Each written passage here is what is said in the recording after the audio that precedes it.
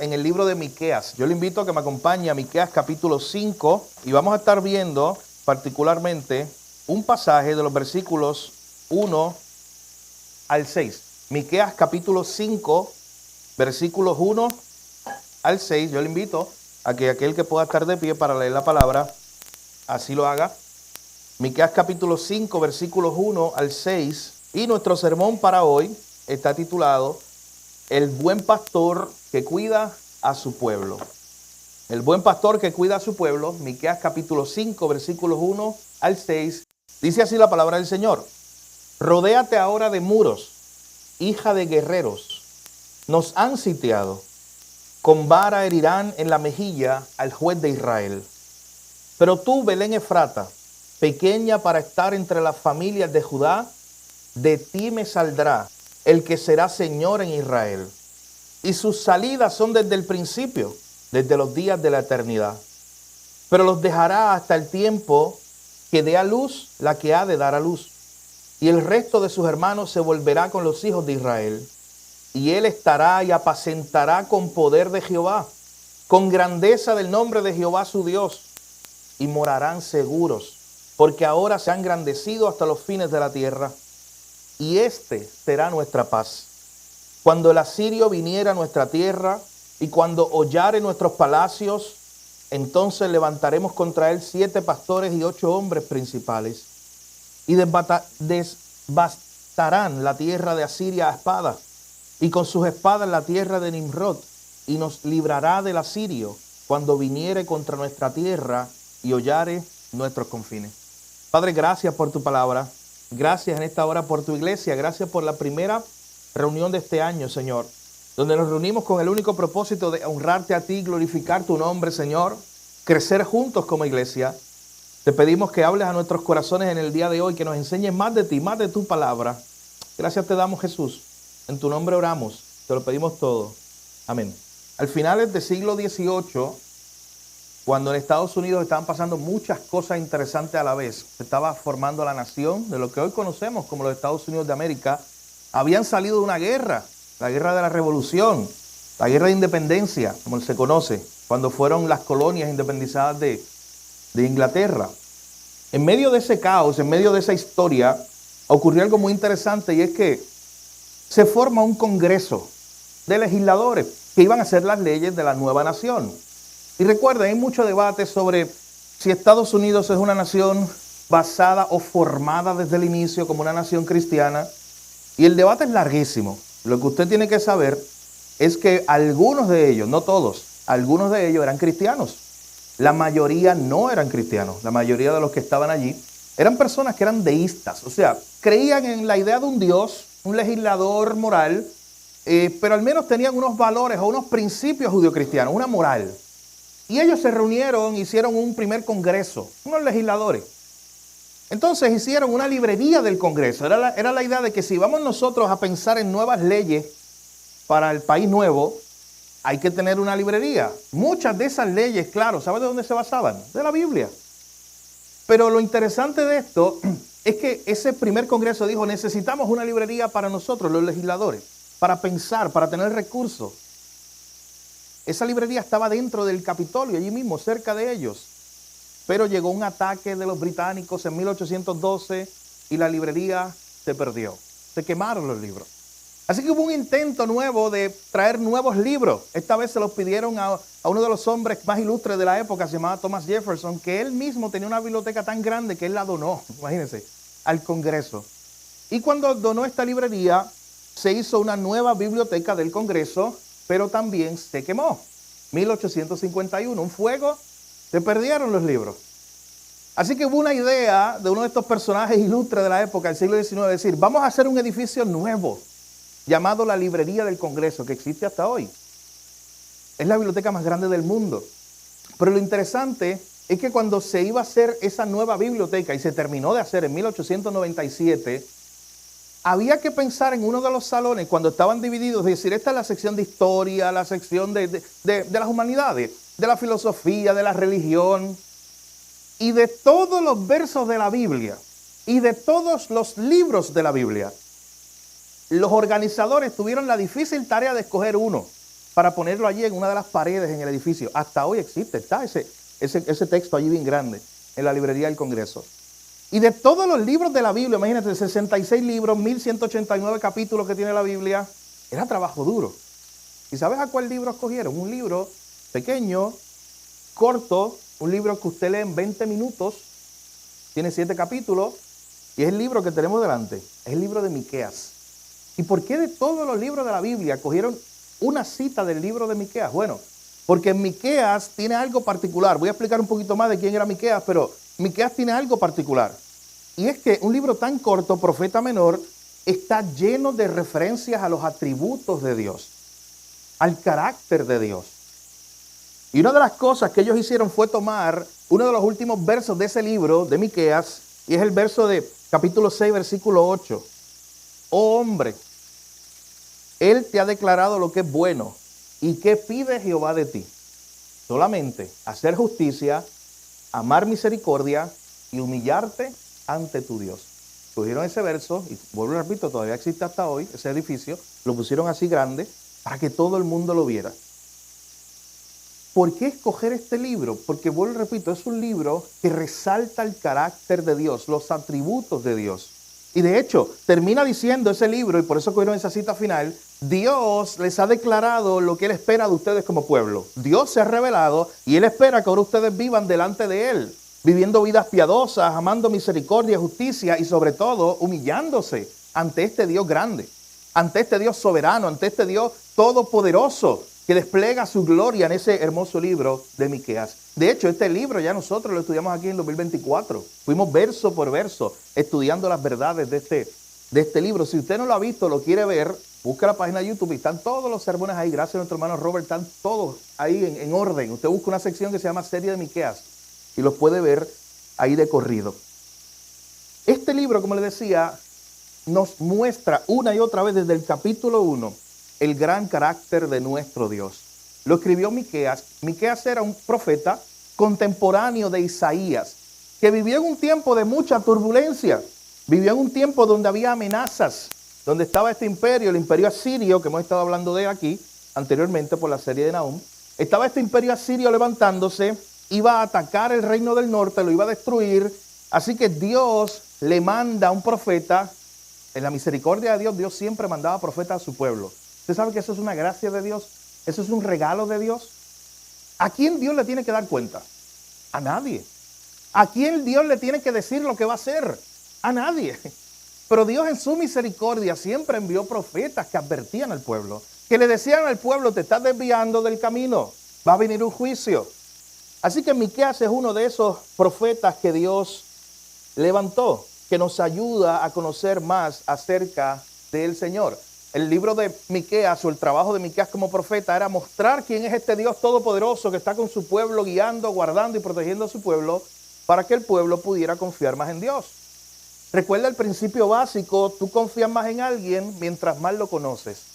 Y esa es la idea que los profetas han estado enseñando, mostrarnos el carácter de Dios para poder confiar más en Él. De hecho, si usted estuvo aquí el domingo pasado, vimos precisamente una lista de atributos de Dios en el pasaje de Lamentaciones capítulo 3. Vimos esa historia donde en el contexto de destrucción y sufrimiento, la caída de Jerusalén, Dios le habla al profeta Jeremías y él empieza a hablar acerca de sus atributos, de los atributos de Dios. Y veíamos el pasado domingo la misericordia de Dios, la fidelidad de Dios, su suficiencia. Veíamos la bondad de Dios. Lo vimos como el Dios salvador, como el Dios soberano. Todo eso vimos el pasado domingo. Hoy tenemos que ir cientos de años antes a un evento que ocurrió en la historia del mismo pueblo, cuando este profeta Miqueas habla ante la amenaza no de Babilonia ni Nabucodonosor. Ahora la amenaza a la gran nación en esa época era Asiria, como les dije hace unos minutos. Y lo que Dios quería a través de las profecías de Miqueas es que el pueblo fuera llevado a alzar su mirada y no mirar los grandes enemigos que venían, sino alzar su mirada y ver el Dios todopoderoso que como un buen pastor estaba guiando a su pueblo. Así que lo que veremos en el día de hoy, en este pasaje, es un despliegue de atributos de Dios, del Dios que cuida a su pueblo.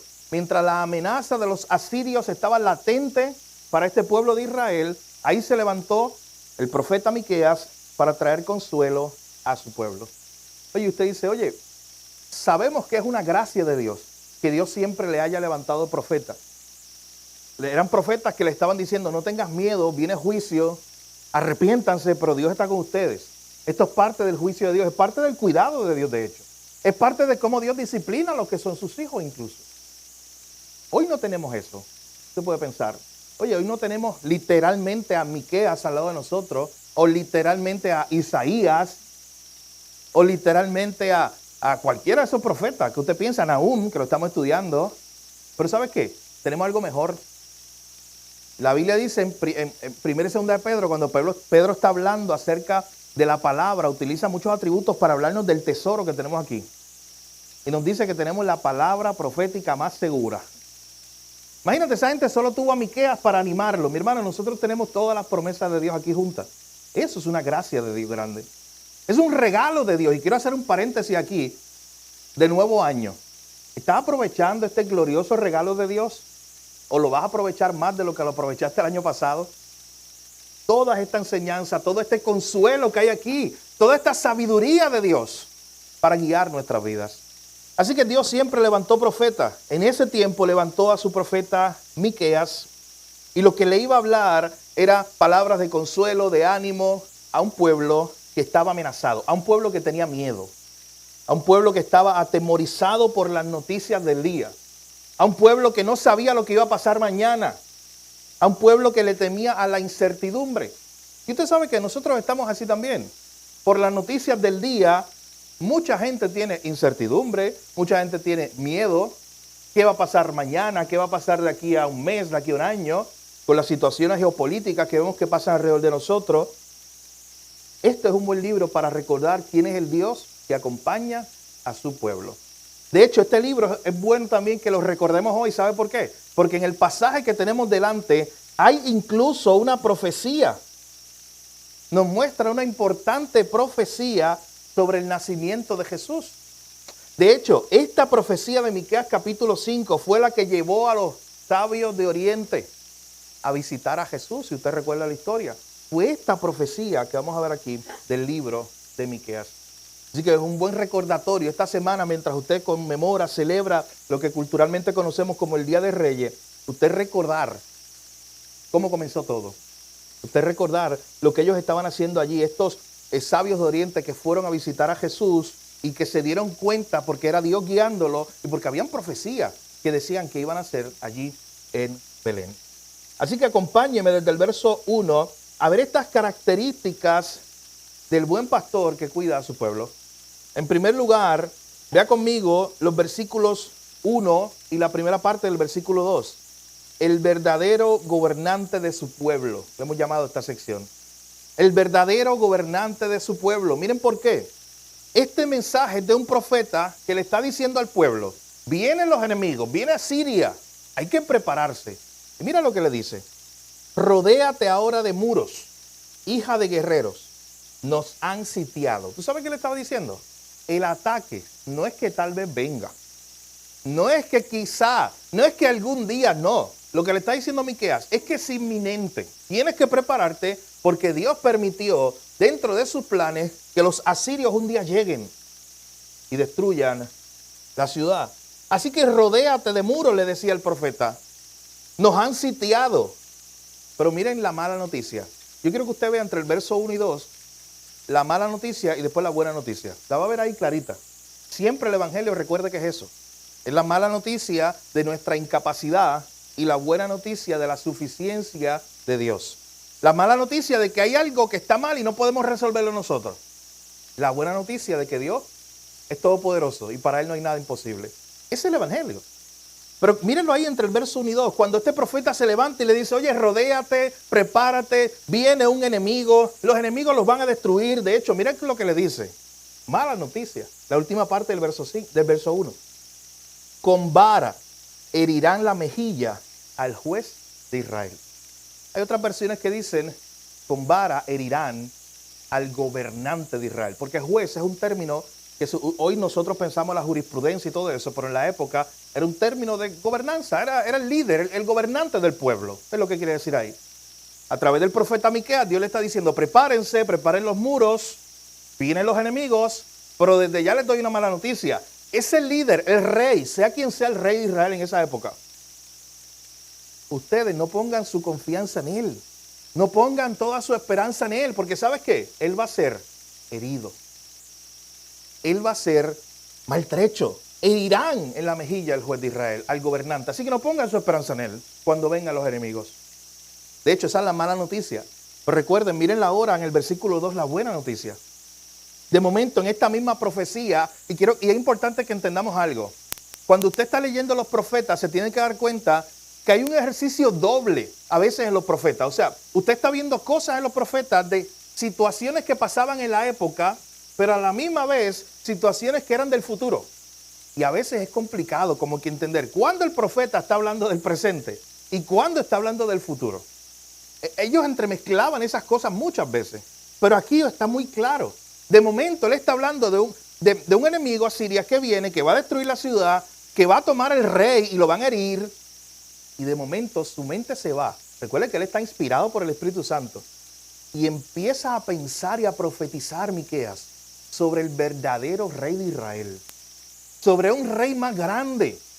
Y de momento dice, pero tú, Belén Efrata, pequeña para estar entre las familias de Judá, de ti me saldrá el que será Señor en Israel. Momento el profeta, en medio de esta profecía, ¿usted se imagina eso? Miqueas dando esta profecía y a la misma vez hablando del Mesías que vendría. De momento recordando que no pongan su esperanza en el rey contemporáneo, en el rey de ese momento, porque él sería herido. Pero hay un rey más grande, hay uno que vendría. De hecho, y lo impresionante es que de momento dice, tú Belén Efrata, tú que eres pequeña, tú que eres como insignificante la ciudad de Belén, entre las familias de Judá, de ti es que me saldrá aquel que será Señor. Y noten la palabra que se utiliza ahí, el soberano. De ti me saldrá el que tendrá la última autoridad, el que será el verdadero rey del pueblo. Así que de momento aquí está el profeta hablando del verdadero rey de su pueblo. Dios invita en ese momento al pueblo a mirar al futuro con esperanza, mientras enfrentaba sus pruebas del presente. Eso es lo mismo que hacemos tú y yo todos los días. Aquí cantamos hace unos minutos la canción de Ciudad de Dios. Eso es futuro. Y la invitación constante de la Biblia es a mirar al futuro con esperanza mientras enfrentamos las pruebas del presente. Así que lo que vemos aquí es una mirada a ese rey verdadero del pueblo de Dios que en el futuro vendría y nacería en Belén. Noten que está la profecía muy clara. De hecho, yo quiero que vayamos a Mateo capítulo 2 para que usted vea esa conexión con la profecía. En Mateo capítulo 2 se conecta directamente esta profecía cuando los sabios de Oriente, los famosos reyes magos, que siempre me gusta decirlo, no eran ni tres, ni reyes, ni magos probablemente, pero los sabios de Oriente. Los sabios de Oriente, en Mateo capítulo 2, versículo 4, recuerden que ellos llegaron al palacio creyendo que el rey había nacido en el palacio. Le preguntan a Herodes. De momento se convocan a todos los principales sacerdotes, porque Herodes se volvió loco. ¿Cómo que ha nacido un rey? Herodes era megalomaníaco, Herodes era loco, Herodes, él vivía asustado todo el tiempo de que alguien le quitara su lugar. De hecho, todavía existe una fortaleza, se llama Masada, que él había mandado crear. Era un lugar, una montaña bien alta, para él, uno de sus refugios. Era la idea de él vivía con un sentido de persecución, de que alguien le iba a quitar su trono. Y te imaginas un día llegar unos extraños a decirle, mira, nació un rey aquí en tu pueblo y venimos a verlo. Eso era una amenaza para él, por eso él mandó a eliminar a todos los niños del área. Pero de momento él convoca a los principales sacerdotes, dice el versículo 4, a los escribas del pueblo, y les preguntó, según los profetas, ¿dónde iba a nacer el Cristo? ¿Y sabes qué hicieron esa gente? Eran los profetas, eran los escribas, eran la gente que no todo el mundo tenía la Biblia, recuerden la época, no todo el mundo, eran unos rollos, no todo el mundo los tenía. Los escribas eran quien manejaba eso. Eran quien sabía la Biblia, las profecías. Y ellos rápidamente pudieron contestar eso. Y le dijeron, versículo 5, en Belén de Judea, porque así está escrito por el profeta. Tú, Belén de la tierra de Judá, no eres la más pequeña entre los príncipes de Judá, porque de ti saldrá un guiador que apacentará a mi pueblo Israel. Noten, ese es nuestro mismo versículo de hoy.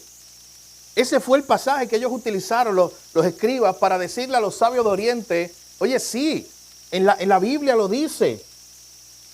Allí había nacido o nacería el Salvador. Tú sabes que cuando yo meditaba en la preparación de este sermón, algo que vino a mi mente fue, oye, esta gente sabía las profecías, tenía la Biblia en sus manos, pero no la creían. Eran incrédulos.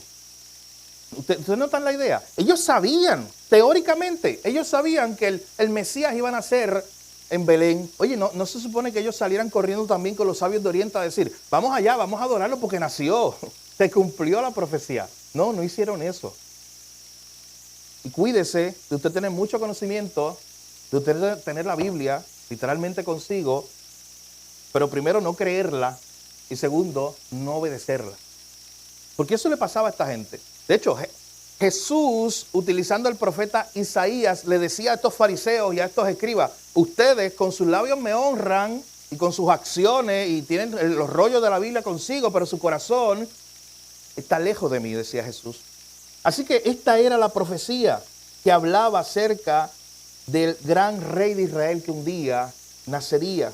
Así que regresando a nuestro pasaje de Miqueas capítulo 5, podemos ver esta idea, en primer lugar, del verdadero rey del pueblo de Dios. Allí se habla, el profeta prepara al pueblo, el profeta le dice, prepárense, levanten las murallas, pero mala noticia, no pongan su esperanza en su rey terrenal, porque a él lo van a herir.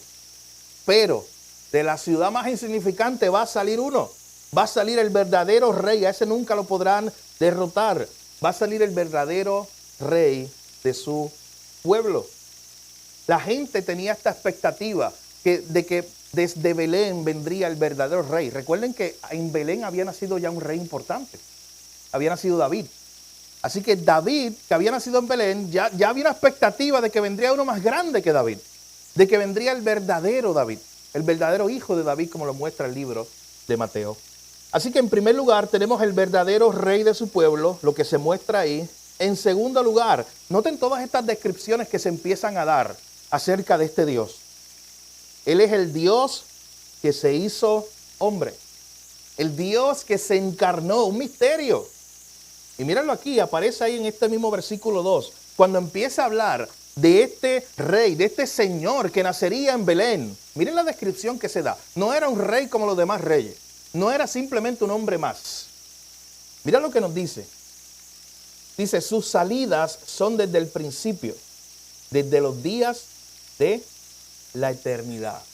O sea, en otras palabras, este rey no es un rey cualquiera. Ahí se empieza a hablarnos acerca de su divinidad, acerca de su eternidad. Este rey sería un rey y es un rey eterno.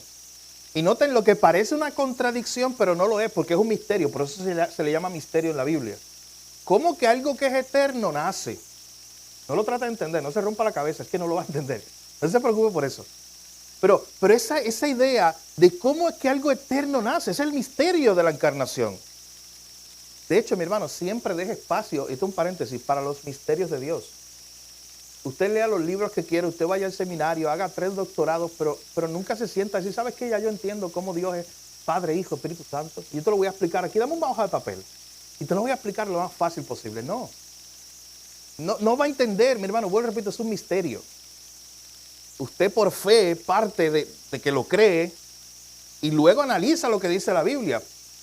Pero sigue siendo un misterio. Yo tenía un profesor de teología que a mí me encantó, me cautivó desde el primer día cuando él empezó a decir, mira, los misterios de la Biblia no son para ser entendidos. Nadie los puede entender. Es un misterio.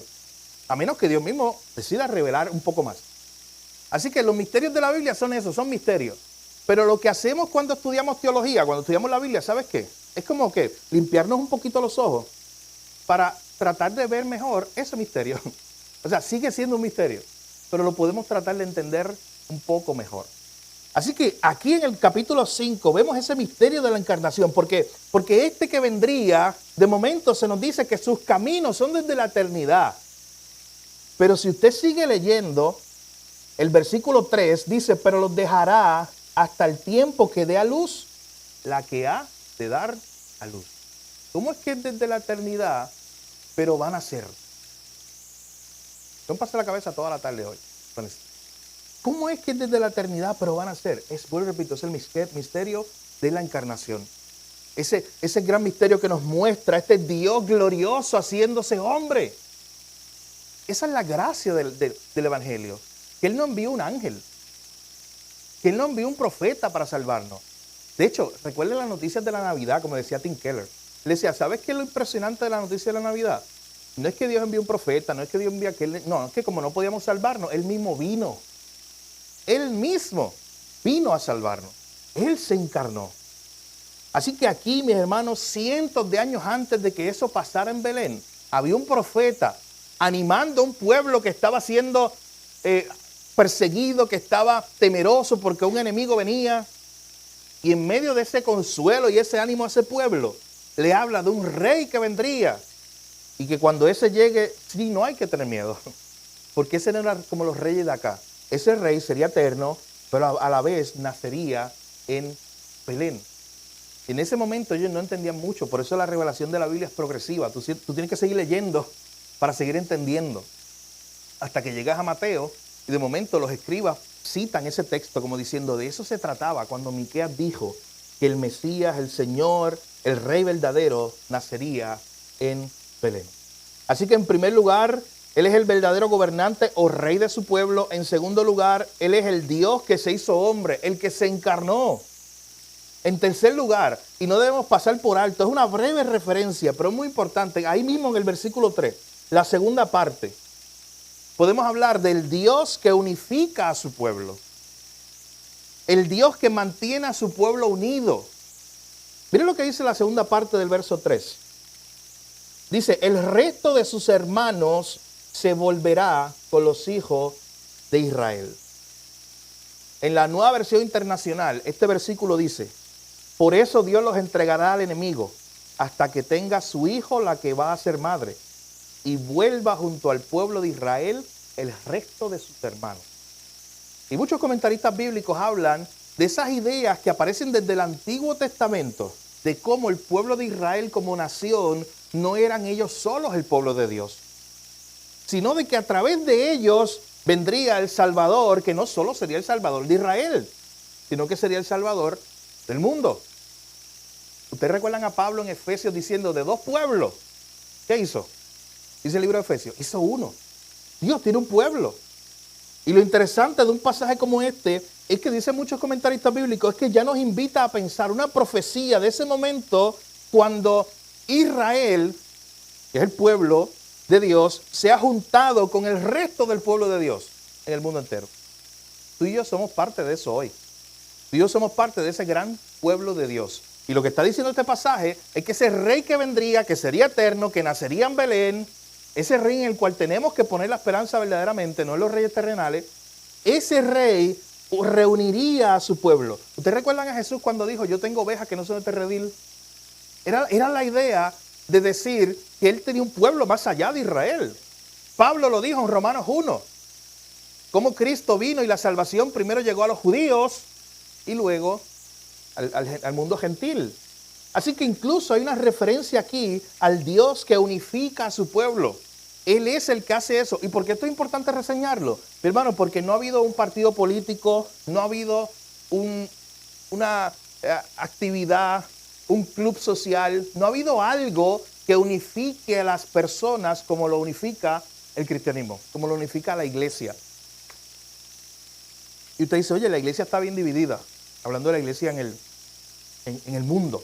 Y es una triste realidad que debemos subsanar cada vez más.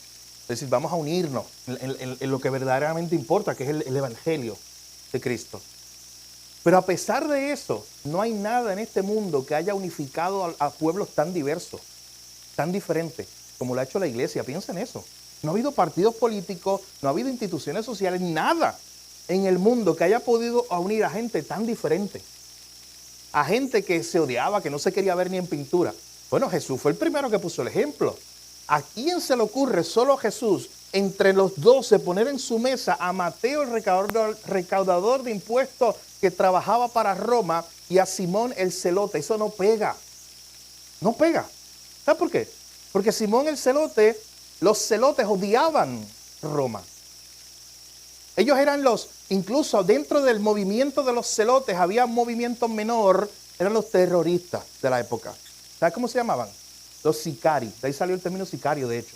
Y los sicari, ¿sabes qué hacían? Usaban una espada chiquitita y se iban por las plazas y asesinaban a los romanos.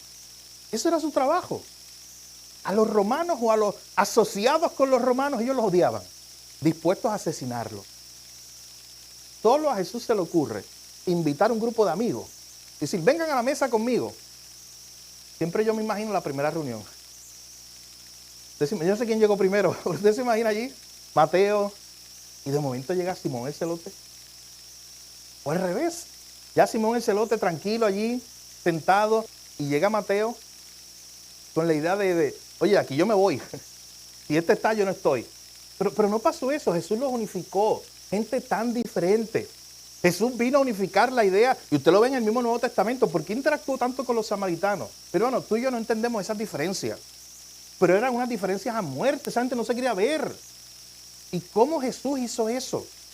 Porque Él es el unificador de su pueblo. Él es aquel que viene a juntar al pueblo de Israel con el resto de sus hermanos, como dice ese versículo 3. Eso es lo que hace Jesús.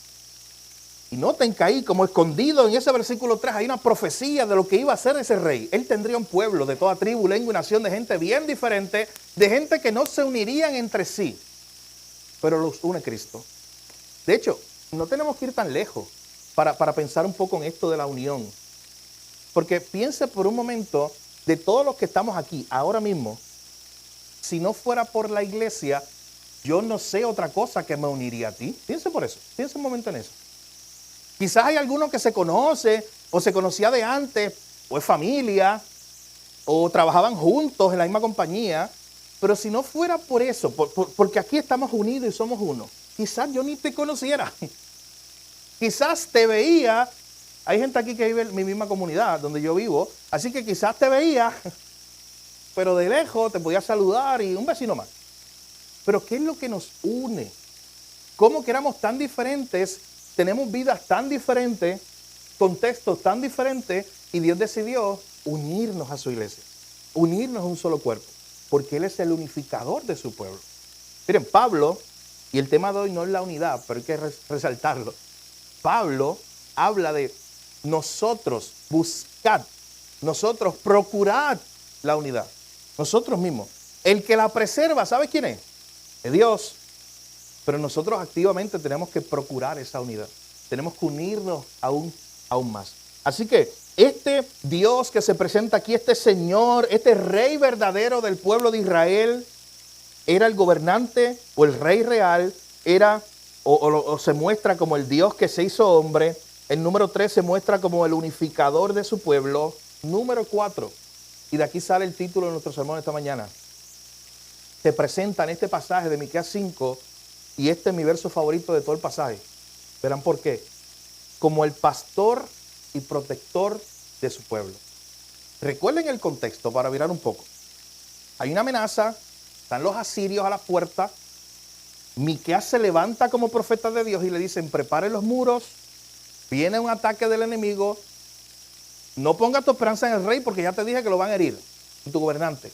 Y de momento pone su mirada en el futuro, en el verdadero rey de Israel, en el verdadero rey del pueblo de Dios. Aquel que sería eterno, pero a la vez nacería en Belén. Aquel que sería el que unificaría a su pueblo. Pero también nos da una imagen muy hermosa que aparece en otras partes de la Biblia. Este rey que vendría, que nacería en Belén, también sería un pastor y un protector de su pueblo. De hecho, miren el verso 4. Dice, y Él estará, hablando de ese rey que vendría, Él estará y apacentará con poder de Jehová, con grandeza del nombre de Jehová su Dios. y morarán seguros porque ahora serán engrandecidos hasta los fines de la tierra. ¿Usted sabe lo que significa esa palabra apacentar? Es pastorear. Nos está dando ya esta imagen de que este que vendría no solamente sería un rey de palacio, no. Mira las imágenes que presenta la Biblia sobre Jesús. Él es el rey, pero él es el rey que a la misma vez es un buen pastor. Un pastor que se envuelve con sus ovejas. Un pastor que si una se pierde, ¿qué hace? ¿Te acuerdas de la parábola? Va y la busca, la rescata. Este rey es el que cuida a su pueblo. Y noten la imagen que presenta aquí en el verso 4. Él estará, él apacentará, él cuidará. Él pastoreará con poder de Jehová, con grandeza del nombre de Jehová. Y la frase que más sobresalía. Usted sabe que cuando, no sé si le pasa a usted, le debe pasar. Cuando usted está leyendo la Biblia, hay como una frase, hay una idea que va a resaltar más. Y le va a llamar más la atención del pasaje que usted está leyendo. Y mientras yo preparaba este sermón, de todo lo que yo leía y de las muchas cosas que hay ahí, por alguna razón, yo lo tengo en mis notas en bold, negro, grande. En muchas ocasiones aquí, le puse copy-paste muchas veces. Esa línea que dice el verso 4, que como él va a ser el pastor que pastoreará con el poder de Jehová, su pueblo, miren lo que dice ahí, qué hermoso, morará seguro. Miren la imagen. Como el pastor está allí con todo el poder de Dios, como dice el verso 4, las ovejitas, ¿sabes cómo están? Según la imagen, están tranquilas, están seguras. Las ovejitas se sienten seguras porque saben que su buen pastor las está cuidando. Es la imagen que el profeta está tratando de traer. Yo no sé si a usted le trae a la mente algo, un salmo. Salmo 23, es la misma imagen. Hermanos, recuerden que el buen pastor del Salmo 23 es Jesús. Usted lo ve en Juan 10. En Juan 10 él dice, yo soy el buen pastor. Él es ese pastor. Cuando dice Jehová es mi pastor, nada me faltará. Es la misma imagen que Miqueas está tratando de traer. Él me guiará, aún en los valles de sombra de muerte me va a hacer sentir seguro. Esa es la imagen que está tratando de traer el profeta. Morarán seguros. De hecho, es interesante que en el Salmo 23 no se quita, no todo es como alegría y gozo y felicidad y las ovejas siempre están contentas y están bien. No, en el Salmo 23 se habla del valle de sombra de muerte. O sea, no quita el valle de sombra de muerte el que tú seas una oveja. Lo más importante del Salmo es que el buen pastor te acompaña y está contigo si tienes que pasar por el valle de sombra de muerte. Eso es lo más impresionante del Salmo. Y de la imagen que nos está trayendo aquí, Miqueas capítulo 5, verso 4. Hermanos, llévense esa idea. Estuvo en mi corazón toda la semana, morarán seguros.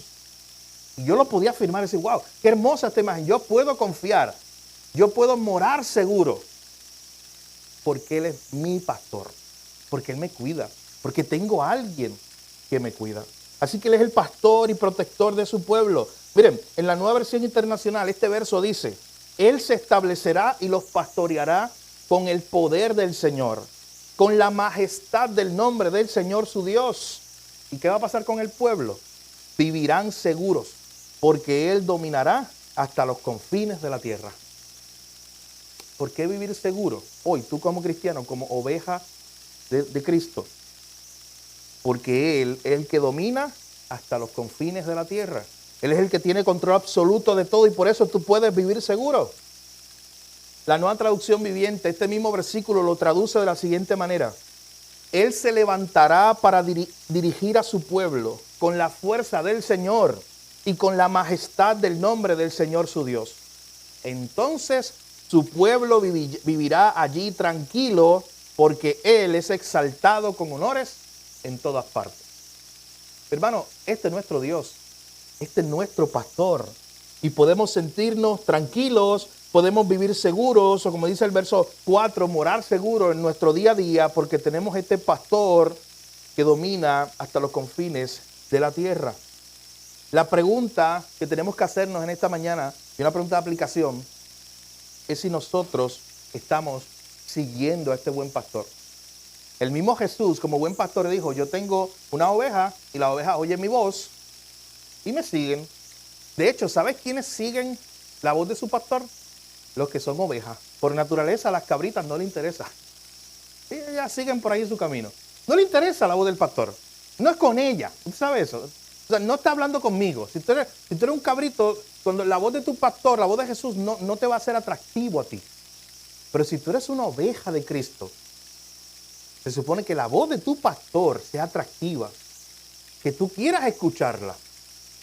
Yo lo repito, buena resolución de año nuevo, escuchar más a tu pastor, a tu buen pastor que habló aquí en la palabra, aquel que te quiere hablar, que te quiere guiar con esa voz de buen pastor. Y una pregunta de aplicación, vuelvo y repito, Él es el pastor, lo estamos viendo aquí en esta imagen y por el resto de la Biblia hay muchas imágenes de Dios como pastor. La pregunta es, ¿soy yo una oveja obediente que está siguiendo la voz de mi buen pastor? El que me hace morar seguro, el que me hace vivir tranquilo, como decían en otra versión. Miren, esto continúa, versículo 5. Hay otra imagen, hay otra referencia. Este no solamente es el verdadero rey de su pueblo, el Dios que se hizo hombre, el Dios que unifica a su pueblo, lo mantiene unido, el Dios que a la vez es el pastor y protector de su pueblo, que lo hace vivir tranquilo. Número 5, la primera parte del verso 5. Él es el que trae paz a su pueblo. Mírenlo ahí. Versículo 5 dice, y el que nacerá en Belén, el que es eterno, pero a la misma vez nacería de una mujer, como dice el versículo 3, que nos cuidaría como un pastor, que tiene dominio completo de todas las cosas, será nuestra paz. La paz verdadera solamente la encontraremos en Él, decía Miqueas hace cientos de años atrás. Cientos de años antes que naciera Jesús, ya Miqueas estaba diciendo, ese que nacerá en Belén va a ser el que traiga nuestra paz. El que haga en primer lugar, el que haga la paz entre un Dios santo y un hombre pecador. Esa es la noticia del Evangelio. Tú no puedes hacer nada para hacer la paz con Dios. Solamente está Cristo ahí en el medio, el mediador, el que puede hacer la paz entre un Dios santo y un hombre pecador. Él es nuestra paz. De hecho, hay muchos textos que vienen a mi mente. Por ejemplo, cuando Isaías habla de las profecías de ese niño que nos es dado. Recuerdan que uno de los nombres es el príncipe de paz. Jesús mismo había dicho en Juan 14:27, mi paz yo les dejo. Mi paz yo les doy. No se las doy como se las da el mundo. Él es el que trae paz a su pueblo. Él es nuestra paz. Él es el que nos hace sentir seguros. Noten que esas dos imágenes están conectadas. Si Él es el buen pastor que hace morar seguro a su pueblo, por eso su pueblo puede vivir en paz. Pregunta de aplicación. ¿Por qué en tu vida y en mi vida muchas veces lo menos que hay es paz? Pensemos en eso. ¿Por qué no hay paz en mi vida? Si yo soy una oveja del buen pastor que dijo que nos daría de su paz, ¿qué pasa en mi vida? Que mi atención, mis acciones se van por los problemas. O atienden solo los problemas. Y no disfrutan de la paz de Dios que sobrepasa todo entendimiento. Hermano, eso está de gratis, eso es disponible. Eso usted lo tiene hoy. Usted no tiene que hacer nada, no tiene que escalar una montaña alta para decir, gané la paz que estaba buscando. No, hoy, en este momento, usted tiene acceso, si usted es un hijo de Dios, a esa paz. ¿Sabe qué usted necesita hacer? Orar más, probablemente. Depender más de Dios. Orar más y usted va a experimentar esa paz de Dios que sobrepasa todo entendimiento. Yo le decía al hermano Geraldo, él oraba por mí antes de comenzar el sermón, allá en la parte de atrás de la oficina, y él decía, gracias, mi hermano. Porque qué hermoso es que alguien ore por ti y tú sentir paz. Yo sé que usted la ha pasado. Esa paz de Dios. Esa paz que te dice, está todo en control. Esa paz que te dice, mira, yo soy como dice aquí el versículo 4, yo soy el buen pastor que está cuidando a su pueblo. Ustedes pueden morar seguros. Ustedes son las ovejitas, tranquilas, coman ahí de las hierbas, tranquilos, mientras yo los cuido. Esa es la imagen que se presenta aquí. Será nuestra paz. Pero, hermano, no busque la paz en ningún lugar en este año que no sea en el buen pastor, en aquel que lo dijo, que Él daría la paz. En este pasaje que dice que Él sería nuestra paz. No está en ningún lugar, solamente está en Él.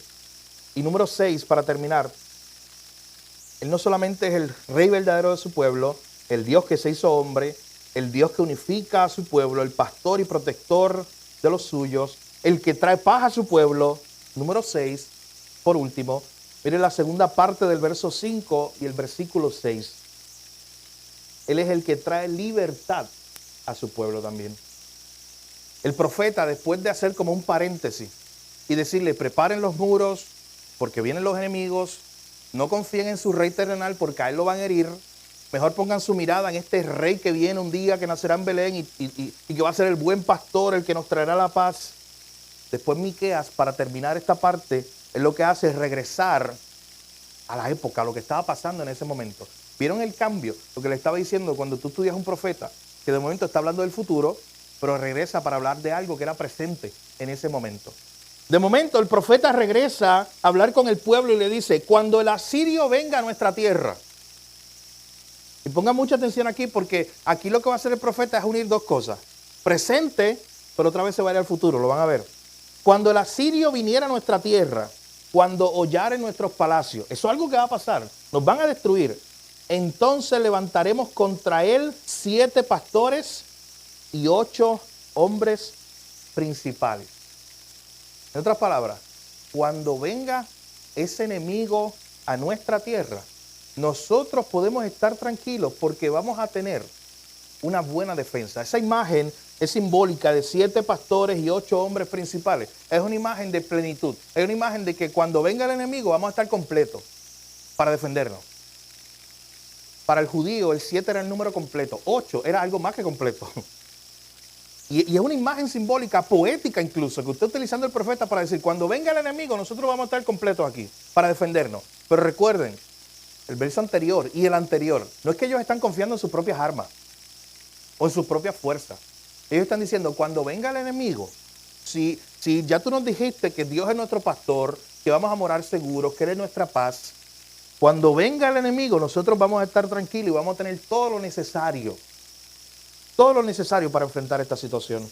Aunque devasten, aunque hoyen nuestros palacios, aunque vengan los asirios, y mira lo que dice el verso 6, y devastarán la tierra de Asiria a espada, y que con sus espadas la tierra de Nimrod. Nimrod es una referencia igual al pueblo de Asiria. Y nos librará del asirio cuando viniere contra nuestra tierra y hollare nuestros confines. Usted sabe cómo se acaba este pasaje, con esperanza. Y vuelvo y repito, porque ese pasaje último, el profeta mezcla el presente y el futuro otra vez. Porque él está diciendo, van a venir los asirios y de verdad nos van a destruir. Noten ahí el verso 5, van a coger nuestros palacios y los van a hollar, los van a destruir, los van a romper. Pero al final, nosotros vamos a hacer ¿qué? Lo dice el versículo 6, nos librará del asirio, casi al final. Al final vamos a ser librados. Y ¿sabes qué? Así pasó, esto era una profecía. Y de momento, tiempo después, llegó el ejército asirio, destruyó a Israel. Pero a pesar de la destrucción, e incluso la destrucción del reino del norte y del reino del sur, ¿por qué el pueblo de Dios siguió sobreviviendo? Porque aquí estaba el buen pastor que cuida, guarda a su pueblo, el buen pastor que trae libertad a su pueblo. Miren, Asiria era el enemigo principal de ellos en ese momento. Pero luego vendría Babilonia, luego vendría Roma, luego vendría aquel, luego vendría el otro. Y hoy usted ponga el nombre a cuál es el enemigo principal de la iglesia. Hoy, en el presente, cualquiera. Hermano, lo que nos enseña este pasaje es que no importa el enemigo que se levante contra el pueblo de Dios, ninguno va a prevalecer. ¿Usted recuerda Mateo 16, 18, cuando Cristo dice que Él mismo edificaría su iglesia y que las puertas del infierno no iban a prevalecer contra ella? No importa si este año se multiplican las persecuciones contra la iglesia aquí en otras partes del mundo, pero hermano, eso no va a prevalecer contra la iglesia. Hay una buena noticia para este año, la iglesia no va a ser derrotada en este 2026, porque es el pueblo de Dios y Dios cuida a su pueblo. Este era el mensaje que se le estaba trayendo a estos hermanos. Dios siempre le proveería cuidado para su pueblo. Dios siempre los libraría. Esa era la imagen del verso 6. De hecho, hay una traducción que ese versículo 6 dice, si Asiria llegara a invadir nuestro país, si llegara a cruzar nuestras fronteras, Él nos rescatará. Miren qué gran convicción. Para comenzar un año, de hecho. Es muy buena convicción. Pase lo que pase, está diciendo aquí el profeta. Si viene a Siria, invade nuestro país. Si llega a cruzar nuestra frontera, si vienen los enemigos y nos atacan, Él nos rescatará. Por eso podemos vivir tranquilos. Por eso podemos tener paz. Eso es una gran convicción. Mi hermano, estos atributos de Dios se desplegan aquí de una manera hermosa. Recordemos todo lo que Dios es para nosotros hoy. Recordemos su salvación, su cuidado como pastor, que Él es nuestra paz. Recordemos que Él es el Dios que nos liberta, que Él es el único que nos provee esperanza, que no podemos proveer, obtener nuestra esperanza de alguien aquí en la tierra. ¿Sabes que ese versículo 1, donde comenzó todo, es el que nos ayuda a entender el que la esperanza nunca la podemos o la debemos poner en una persona humana, aquí en un rey, en un gobernante, en un líder religioso, en nadie que no sea nuestro rey verdadero, aquel que nació en Belén? Lo que dice el verso 2, el pastor que cuida a su pueblo. No pongamos la esperanza, nada nos va a dar nuestra paz. Es como si desde el verso 1 el profeta descartara al rey de Israel en la época, que era el hombre en el cual cuando venían los enemigos la gente confiaba en él para que los defendiera. Como que el profeta está diciendo, mira, saca tu mirada de este rey, yo te voy a mostrar el verdadero. Y hoy nos ayuda a nosotros a pensar lo mismo, mis hermanos. Solo Dios trae esperanza verdadera para su pueblo. Solo este buen pastor, no importa lo que venga este año, Él nos rescatará. Esa es la convicción. El glorioso Salvador que nació en Belén, como decía esta profecía, aún sigue cuidando, aún sigue guardando a su pueblo. Él es el buen pastor. La pregunta es, ¿Él es tu buen pastor? Porque eso no es una declaración genérica. El Salmo 23 no es para leerlo cuando alguien muere, de una forma general. Se puede leer, es algo bonito, nos trae consuelo, pero ¿sabes qué muchas veces se hace? Se lee por leer. Eso es a lo que yo hablo. La pregunta en esta mañana es si este buen pastor que cuida a su pueblo es el pastor de tu vida hoy. En este momento. Si es el pastor que va a guiar a tu familia durante todos los restos del día, de los días que quedan de este 2026 que está comenzando. Si es el buen pastor que te va a guiar a ti en cada paso en este nuevo año. Este es el buen pastor que los evangelios dicen, que el Cristo mismo dijo, el buen pastor da su vida por su oveja. Este es el buen pastor que entregó su vida por sus ovejas. Qué hermosa verdad esa del verso 4. Cuando nos dice, nos recuerda que porque Dios es nuestro pastor, moraremos seguros. Ahorita veíamos esa imagen de la ciudad de Dios. ¿Sabes que en esa ciudad de Dios allí moraremos seguros para siempre? Sin llanto, sufrimiento, sin dolor. Usted va a ser como esa ovejita. Usted va a estar tranquila pastando. Es la imagen de la ovejita tranquila, sabiendo que hay un buen pastor que la cuida y que nada ni nadie podrá hacerle daño nunca más. Porque está segura en las manos de su pastor. Hermano, empecemos este nuevo año con esa convicción.